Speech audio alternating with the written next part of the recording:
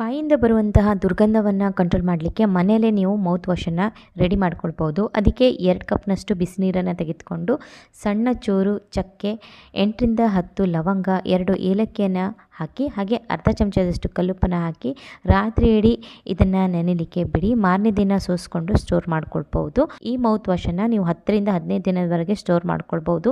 ದಿನಾಲೂ ಈ ಮೌತ್ ವಾಶ್ನಿಂದ ನೀವು ಬಾಯಿಯನ್ನು 30 ನಿಮಿಷದವರೆಗೆ ಮುಕ್ಕಳಿಸೋದ್ರಿಂದ ಬಾಯಿ ಕ್ಲೀನ್ ಆಗೋದಲ್ಲದೆ ಬಾಯಿಂದ ಬರುವಂತಹ ದುರ್ವಾಸನೆಯನ್ನು ಕಂಟ್ರೋಲ್ ಮಾಡಬಹುದು. ಮನೇಲಿ ಮಾಡಲಿಕ್ಕೆ ಕಷ್ಟ ಆದರೆ ನೀವು ರೆಡಿಮೇಡ್ ಮೌತ್ ವಾಶನ್ನು ಯೂಸ್ ಮಾಡ್ಬೋದು. ಇಲ್ಲಿ ನನ್ನ ಹತ್ರ ನೇಚರ್ ಶ್ಯೂರ್ ಅವರ ಅಲೋವೆರಾ ಮೌತ್ ವಾಶ್ ಇದೆ. ಇದರಲ್ಲಿ ಅಲೋವೆರಾ, ಲವಂಗ, ದಾಲ್ಚಿನ್ನಿ, ಏಲಕ್ಕಿ, ಕೈಬೇವು, ಪಟ್ಟಕ, ಬಬೂಲು ಇವನ್ನೆಲ್ಲ ಹಾಕ್ಬಿಟ್ಟು ಇದನ್ನು ತಯಾರಿಸಿರ್ತಾರೆ.